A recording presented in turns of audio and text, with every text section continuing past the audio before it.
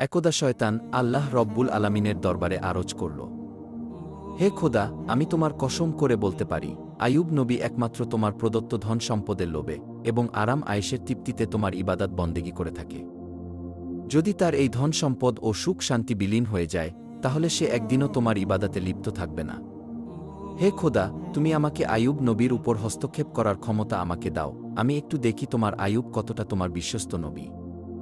আল্লাহ রব্বুল আলামিন শয়তানকে জানিয়ে দিলেন, যাও, তোমাকে নবীর উপর হস্তক্ষেপ করার ক্ষমতা প্রদান করা হল।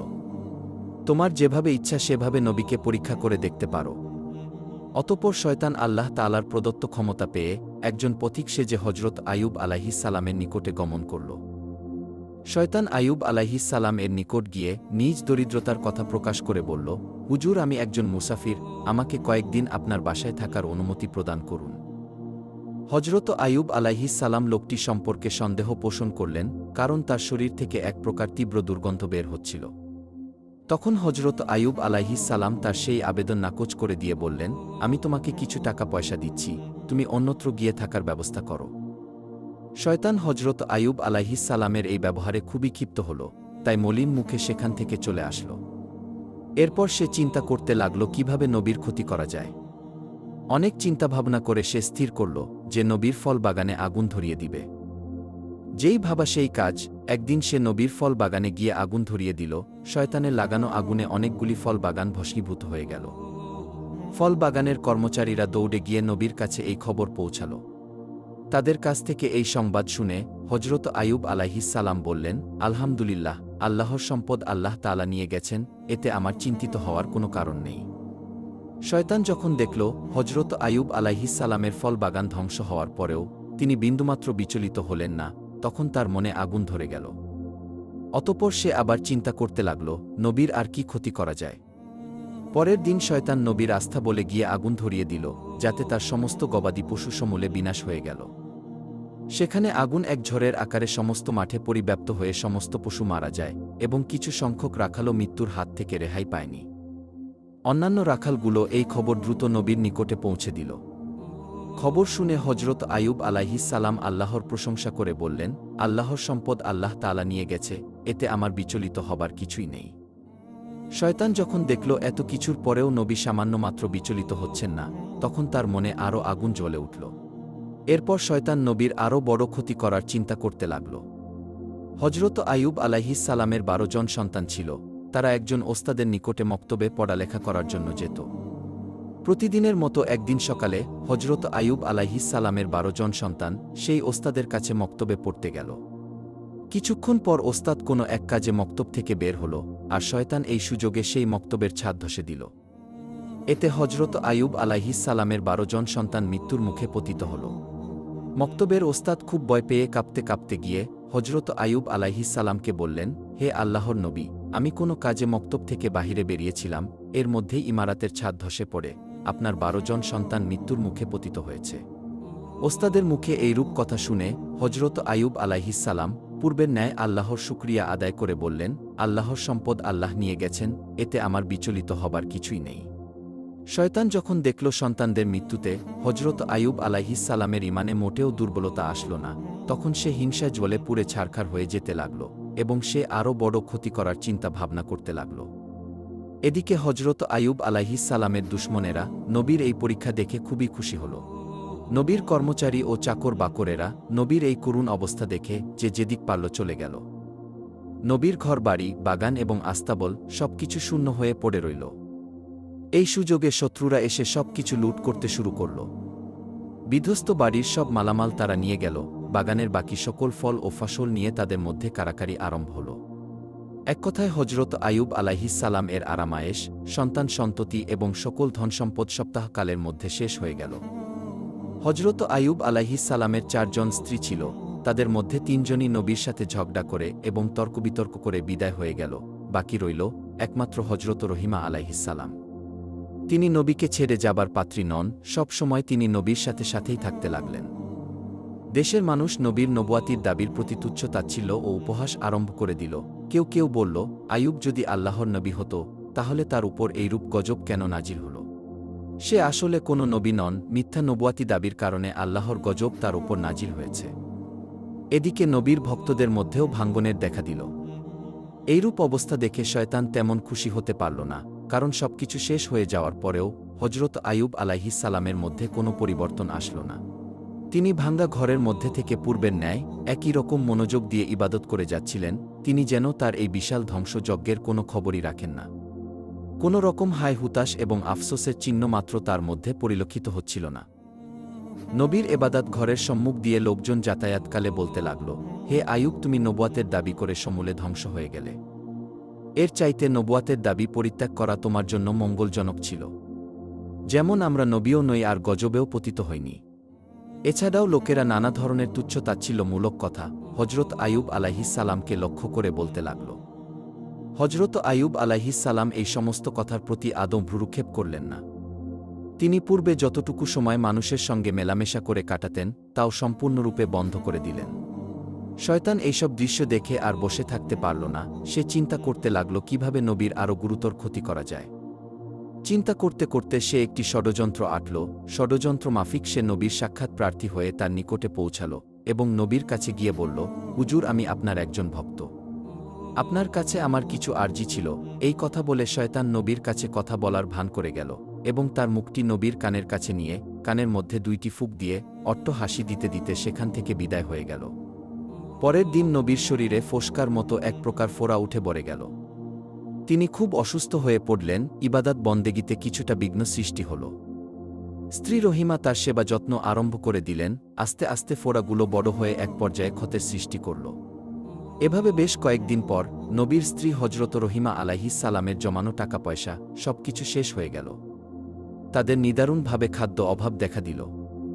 শুধু পানি পান করে নবী এবং তার স্ত্রী রহিমা কয়েকদিন অতিবাহিত করলেন, তারপরে আর ধৈর্য ধারণ করতে পারলেন না।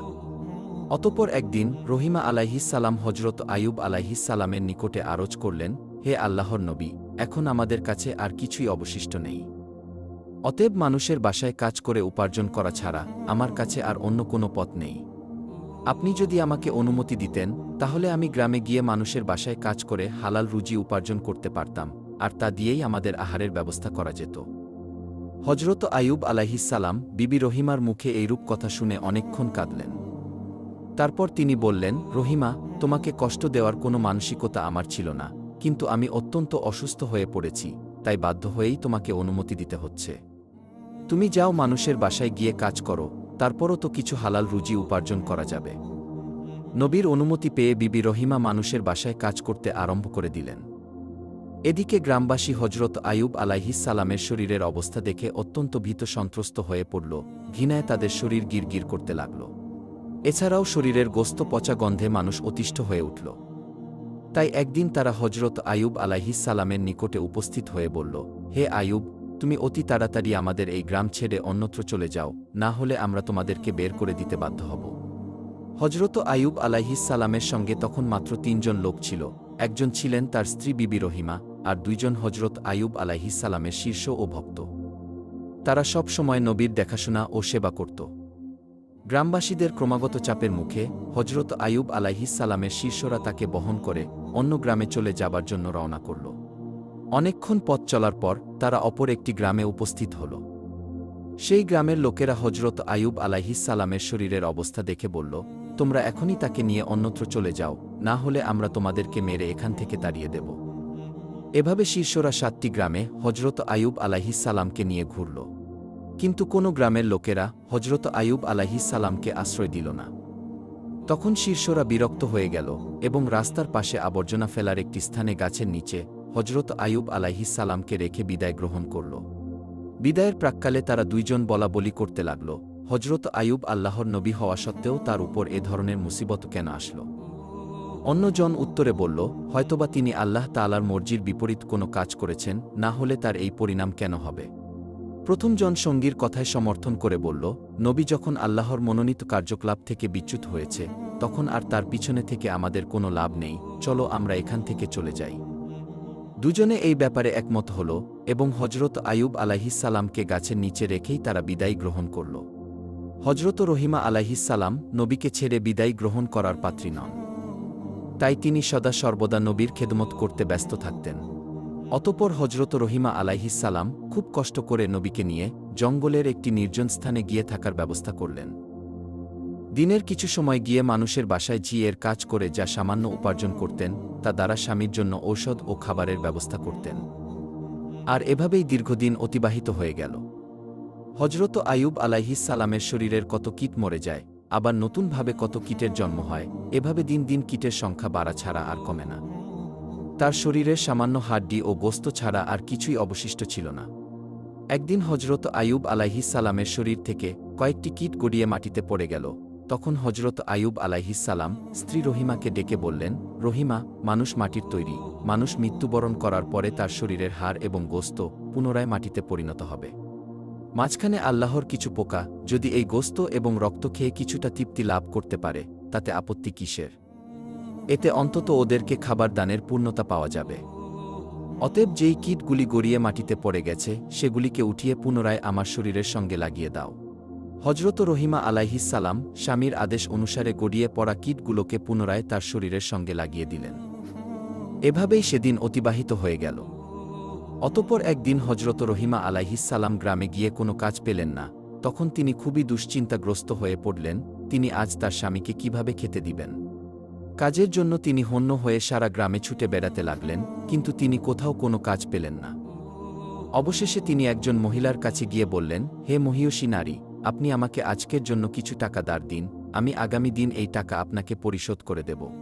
আমার স্বামী খুবই রোগাগ্রস্ত, আমি আজকে কোনো কাজের ব্যবস্থা করতে পারিনি। আপনি যদি আমাকে কিছু টাকা ধার দিতেন, তাহলে সেই টাকা দিয়ে আমি আমার স্বামীর জন্য ঔষধ ও খাবার নিয়ে যেতে পারতাম। আপনি আমার প্রতি একটু দয়া করুন, না হলে আমার স্বামীকে না খেয়ে থাকতে হবে। মহিলাটি হজরত রহিমা আলাইহিস সালামের কথা শুনে বলল, আমি কাউকে টাকা ধার দেই না, জীবনে অনেক মানুষকে টাকা ধার দিয়েছি, কিন্তু তারা কেউ আজ পর্যন্ত আমার টাকা ফেরত দেয়নি। অতএব তোমার এই ভাওতাবাজি অভিনয় বাদ দিয়ে সোজা বাড়ির পথ দেখো, আমি কোনো টাকা তোমাকে ধার দিতে পারব না। হজরত রহিমা আলাইহিস সালাম বললেন, তবে আমাকে কিছু কাজ দিন, আর সেই কাজের বিনিময়ে না হয় আমাকে কিছু টাকা দিবেন। তখন মহিলাটি বলল, আমার কাছে এখন কোনো কাজ নেই, তবে আমি তোমাকে একটি শর্তের বিনিময়ে টাকা দিতে পারি। তোমার মাথার চুলগুলো আমার খুব পছন্দ হয়েছে, তুমি যদি তোমার মাথার চুলগুলি কেটে আমাকে দিয়ে দাও, সেই চুলগুলোর বিনিময়ে আমি তোমাকে কিছু টাকা দিতে পারি।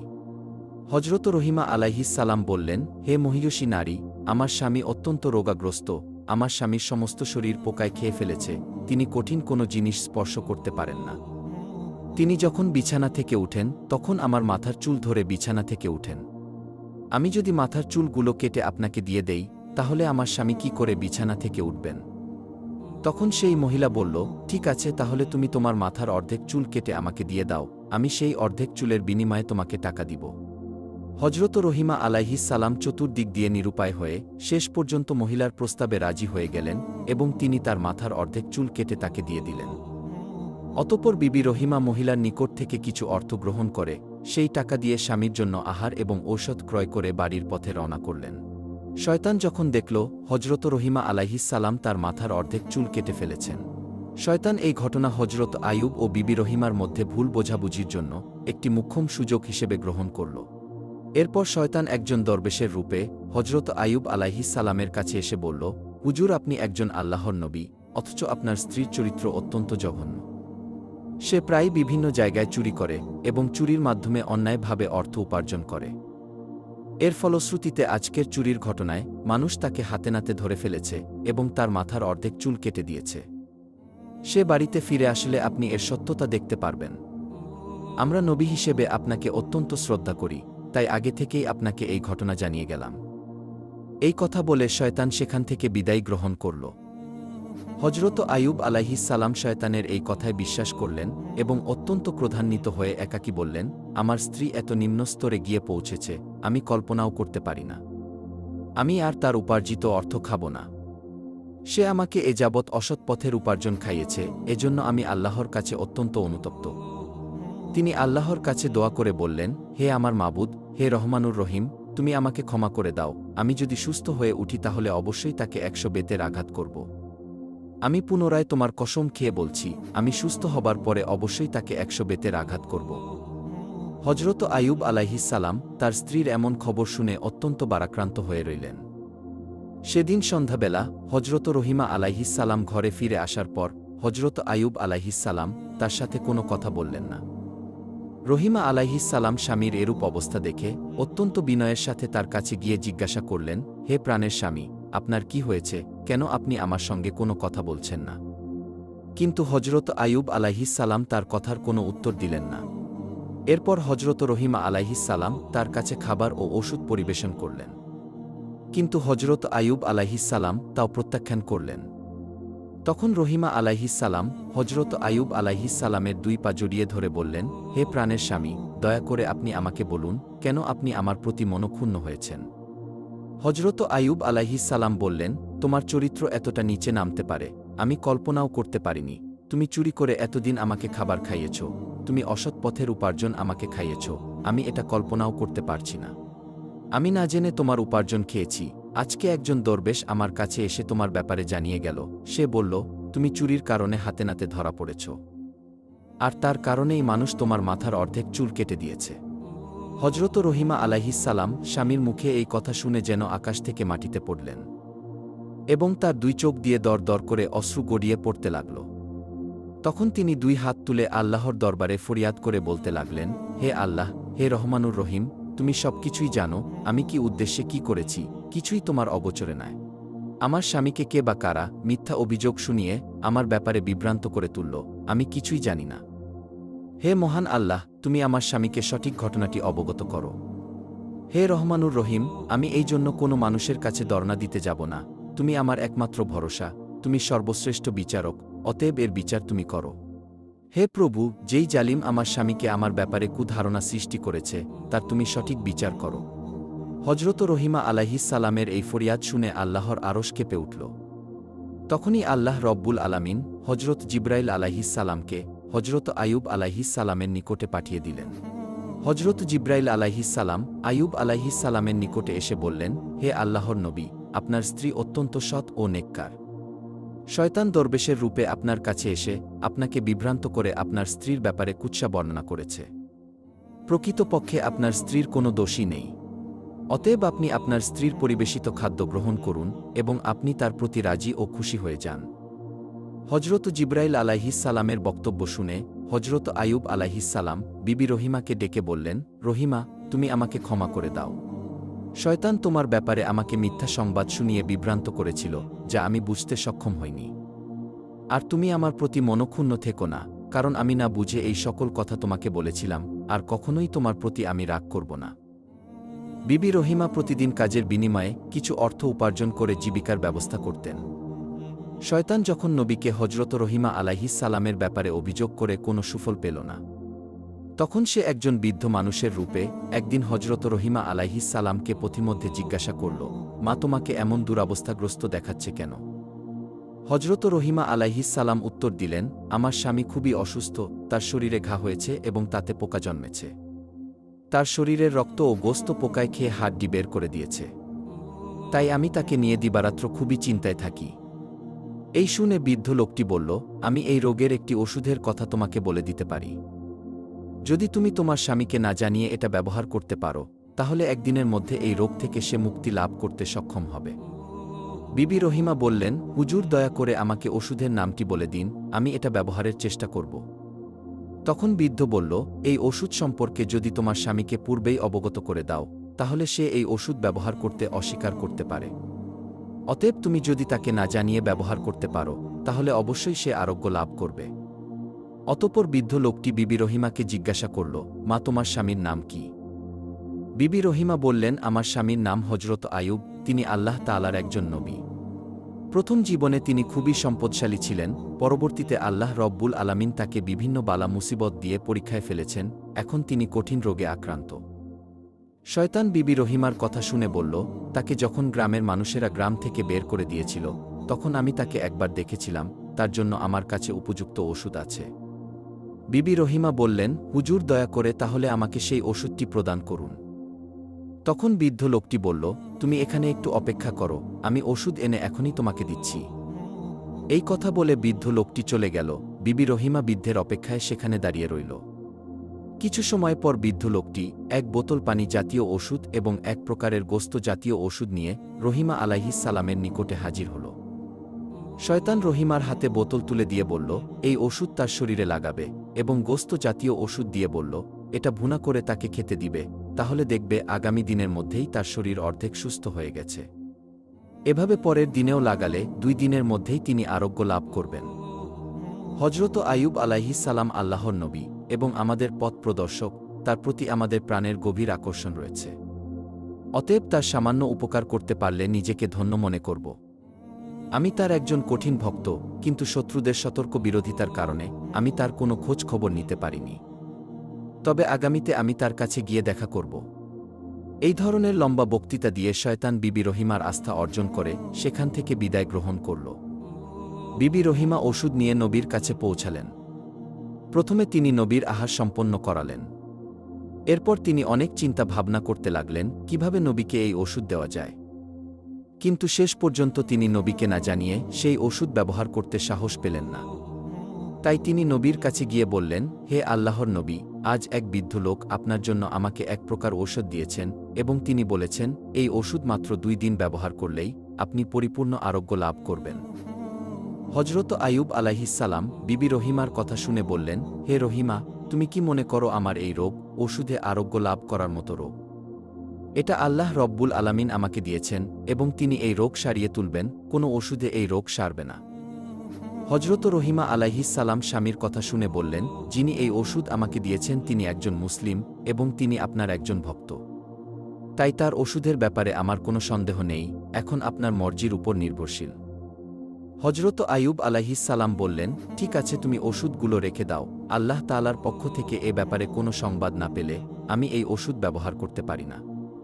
হজরত রহিমা আলাইহিস সালাম নবীর এই আদেশ পেয়ে নবীর বিছানার কাছেই সেই ওষুধগুলো রেখে দিলেন।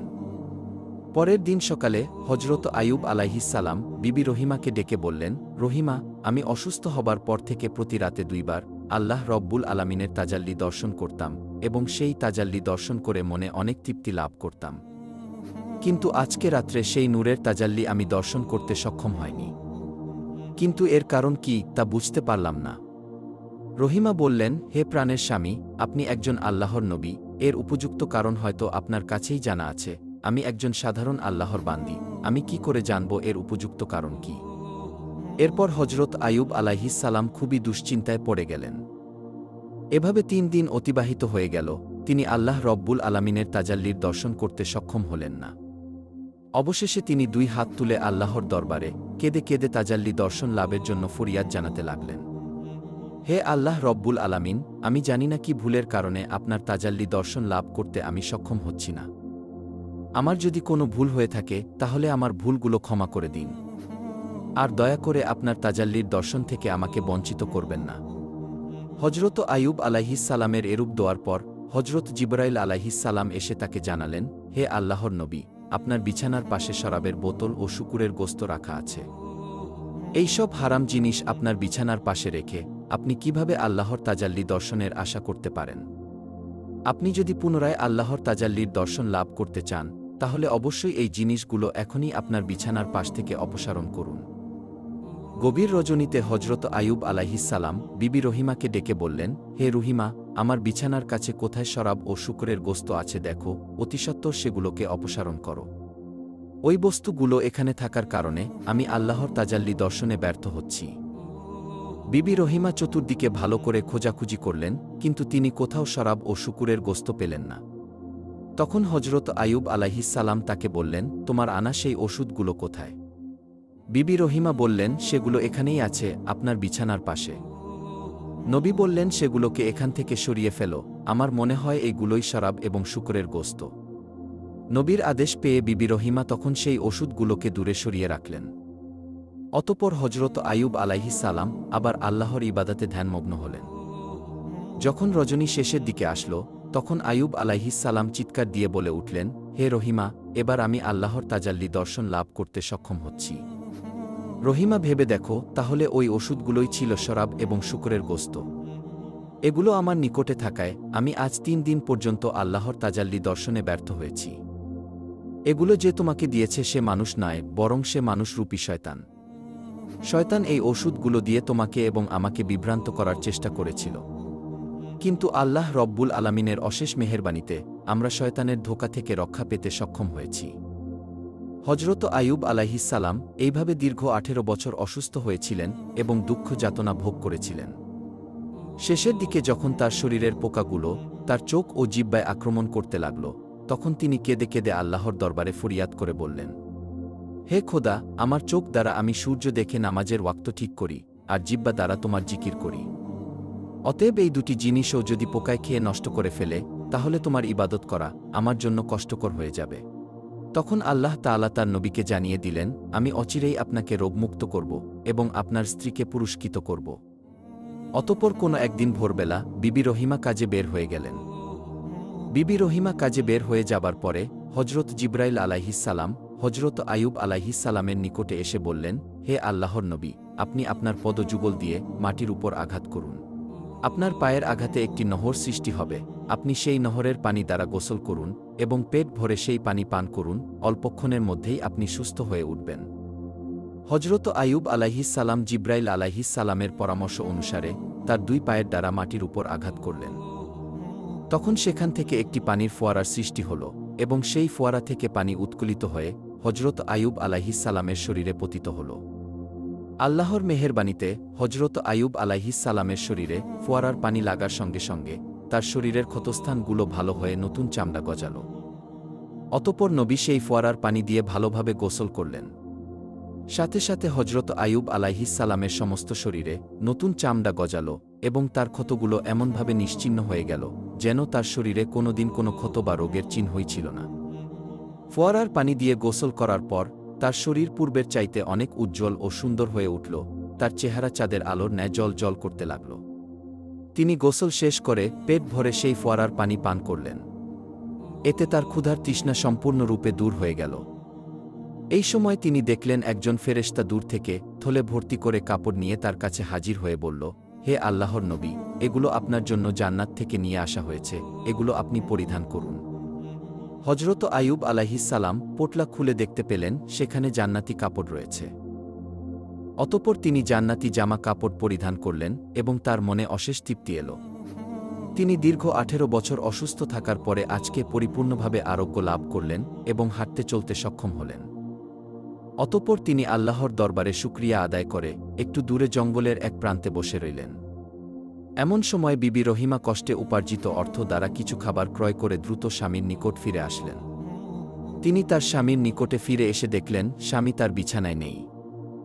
অতঃপর তিনি সেখানে বসে চিৎকার করে কাঁদতে আরম্ভ করে দিলেন এবং বিনয়ের সঙ্গে আল্লাহ রব্বুল আলামিনের দরবারে প্রার্থনা করলেন, হে আমার মাবুদ, আমি জানি না আমার স্বামীকে কে নিয়ে গেছে, তাকে কি কোনো বাঘে খেয়ে ফেলেছে নাকি অন্য কোনো জীবজন্তু গায়েব করে দিয়েছে, আমি কিছুই জানি না। হে আল্লাহ, আমি তোমার কাছে ফরিয়াদ জানাচ্ছি, তুমি আমার স্বামীকে আমার কাছে ফিরিয়ে দাও। হে মাবুদ, আপনি পারেন না এমন কোনো কাজ নেই, আমি আমার স্বামীকে ছাড়া কোনোভাবেই বাঁচব না। এভাবে অনেকক্ষণ যাবৎ হজরত রহিমা আলাইহিসসালাম আল্লাহ রব্বুল আলামিনের দরবারে ফরিয়াদ করার পরে উঠে দাঁড়ালেন এবং তিনি এদিক সেদিক ছোটাছুটি করে হজরত আইয়ুব আলাইহিসসালামের খোঁজ করতে লাগলেন। তিনি দেখতে লাগলেন যে কোথাও হজরত আইয়ুব আলাইহিসসালামের কোনো চিহ্ন খুঁজে পাওয়া যায় কিনা। কিন্তু অনেকক্ষণ তিনি ছোটাছুটি করার পরেও হজরত আইয়ুব আলাইহিসসালামের কোনো চিহ্ন তিনি খুঁজে পেলেন না। এরপর তিনি দেখতে পেলেন দূরে এক ব্যক্তি সুন্দর পোশাক পরিচ্ছেদ পরে বসে রয়েছেন। তিনি সেই ব্যক্তির নিকট গিয়ে জিজ্ঞাসা করলেন, জনাব, এখানে গাছের নিচে একজন রোগী ছিল, আপনি কি তার কোনো খবর জানেন? হজরত আইয়ুব আলাইহিসসালাম এতক্ষণ দূরে বসে হজরত রহিমা আলাইহিসসালামের অবস্থা পর্যবেক্ষণ করছিলেন। তৎক্ষণাৎ তিনি হজরত রহিমা আলাইহিসসালামের কাছে তার পরিচয় প্রকাশ করলেন না। তিনি হজরত রহিমা আলাইহিসসালামকে জিজ্ঞাসা করলেন, রোগী তোমার কি হয়? হজরত রহিমা আলাইহিসসালাম বললেন, তিনি আমার প্রাণের স্বামী ছিলেন, তিনি আল্লাহর একজন নবী ছিলেন, তার নাম হজরত আইয়ুব আলাইহিসসালাম। তিনি দীর্ঘ 18 বছর অসুস্থ অবস্থায় এখানে ছিলেন, একমাত্র আমি তার দেখাশোনা করতাম। কিন্তু আজকে কাজের পরে ফিরে এসে আমি আমার স্বামীকে আর দেখছি না। আমি জানি না আমার স্বামী এখন কোথায়, কি অবস্থায় আছে, তাকে কি কোনো বাঘে খেয়ে ফেলেছে না অন্য কোনো প্রাণীতে নিয়ে গিয়েছে। আপনি যদি তার কোনো খোঁজ বা সংবাদ জেনে থাকেন দয়া করে আমাকে বলুন। হজরত আইয়ুব আলাইহিসসালাম তখন হজরত রহিমা আলাইহিসসালামকে জিজ্ঞাসা করলেন, আপনি যদি আপনার স্বামীর চেহারা দেখেন তাহলে কি আপনি আপনার স্বামীকে চিনতে পারবেন? হজরত রহিমা আলাইহিসসালাম উত্তর দিলেন, কি বলেন জনাব, যেই স্বামীর দীর্ঘ 18 বছর দেখাশোনা করলাম, তার চেহারা দেখলে আমি চিনতে পারব না। আমি অবশ্যই তাকে চিনতে পারব। অতঃপর হজরত আইয়ুব আলাইহিসসালাম তার চেহারা থেকে কাপড় সরিয়ে বললেন, দেখুন তো এই ব্যক্তিকে চিনতে পারেন কিনা। বিবি রহিমা আলাইহিসসালাম যখন হজরত আইয়ুব আলাইহিসসালামের নুরানি চেহারার দিকে দৃষ্টিপাত করলেন, তখনই তিনি হাউমাউ করে কেঁদে উঠলেন এবং তাকে জড়িয়ে ধরে বললেন, হে আল্লাহর নবী, আল্লাহ রব্বুল আলামিন আপনাকে এইভাবে সুস্থ করে তুলবেন আমি স্বপ্নেও কল্পনা করতে পারিনি। আমি তো আপনার চিন্তায় অস্থির হয়ে পড়েছিলাম। আল্লাহর দরবারে লাখো কোটি শুকরিয়া যে তিনি আপনাকে সুস্থ করে দিয়েছেন এবং পুনরায় আমার কাছে ফিরিয়ে দিয়েছেন। এইভাবে স্বামী এবং স্ত্রী অনেকক্ষণ যাবৎ কান্না করতে লাগলেন এবং আল্লাহ রব্বুল আলামিনের দরবারে দুজনেই অশেষ কৃতজ্ঞতা জ্ঞাপন করলেন। অতঃপর হজরত আইয়ুব আলাইহিসসালাম বিবি রহিমাকে জানালেন কিভাবে তিনি সুস্থ হলেন এবং কিভাবে হজরত জিব্রাইল আলাইহিসসালাম তাকে সুস্থ করার জন্য নহর তৈরি করে দিলেন। এরপর হজরত আইয়ুব আলাইহিসসালাম তার স্ত্রীকে সেই নহরে গোসল করার জন্য অনুরোধ করলেন। স্বামীর কথা মতো হজরত রহিমা আলাইহিসসালাম সেই নহরে গোসল করলেন। নহরে গোসল করার সাথে সাথে হজরত রহিমা আলাইহিসসালামের চেহারাও চাঁদের ন্যায় জল জল করতে লাগল। 18 বছরের যুবতীর ন্যায় তার শরীরে রূপ লাবণ্য ফিরে আসল।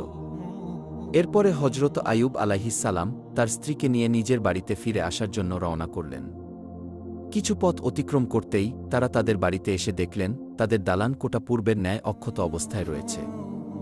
অতঃপর তারা ভিতরে প্রবেশ করে দেখলেন তাদের ছেলেমেয়েরা সকলে বসে খেলা করছে। পিতামাতাকে দেখে তারা সকলে এসে তাদেরকে জড়িয়ে ধরল এবং তারা জিজ্ঞাসা করল, আপনারা কয়েকদিন যাবৎ কোথায় ছিলেন? হজরত আইয়ুব আলাইহিসসালাম তাদেরকে বললেন, আমরা আল্লাহ তাআলার দাওয়াতে গিয়েছিলাম। তখন ছেলে মেয়েরা হাউমাউ করে কেঁদে উঠল এবং তাদেরকে বলল, কেন আপনারা আমাদেরকে একা রেখে দাওয়াতে গিয়েছিলেন? উত্তরে হজরত আইয়ুব আলাইহিসসালাম বললেন, এই কথা তোমাদেরকে পরে বলবো। এদিকে মাঠের খাদেমগণ এসে বলল, হে আল্লাহর নবী, আপনার পশু পাখি ও বাগবাগিচা যা কিছু ধ্বংস হয়েছিল, আজকের তা আবার পুনরায় আমরা আগের অবস্থায় ফিরে পেয়েছি।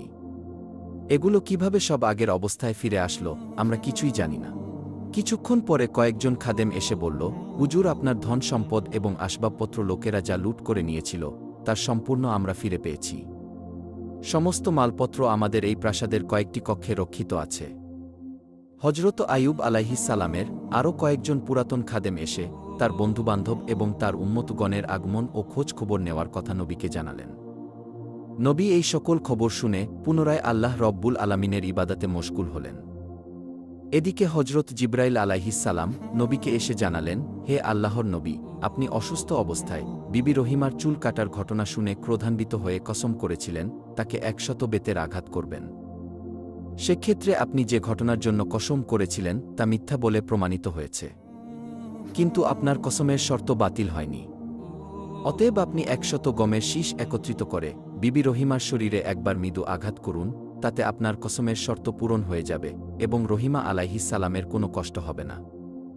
হজরত জিব্রাইল আলাইহিসসালামের পরামর্শ অনুসারে হজরত আইয়ুব আলাইহিসসালাম 100 শুকনা গমের শীষ একত্রিত করে বিবি রহিমার শরীরে একবার মৃদু আঘাত করলেন।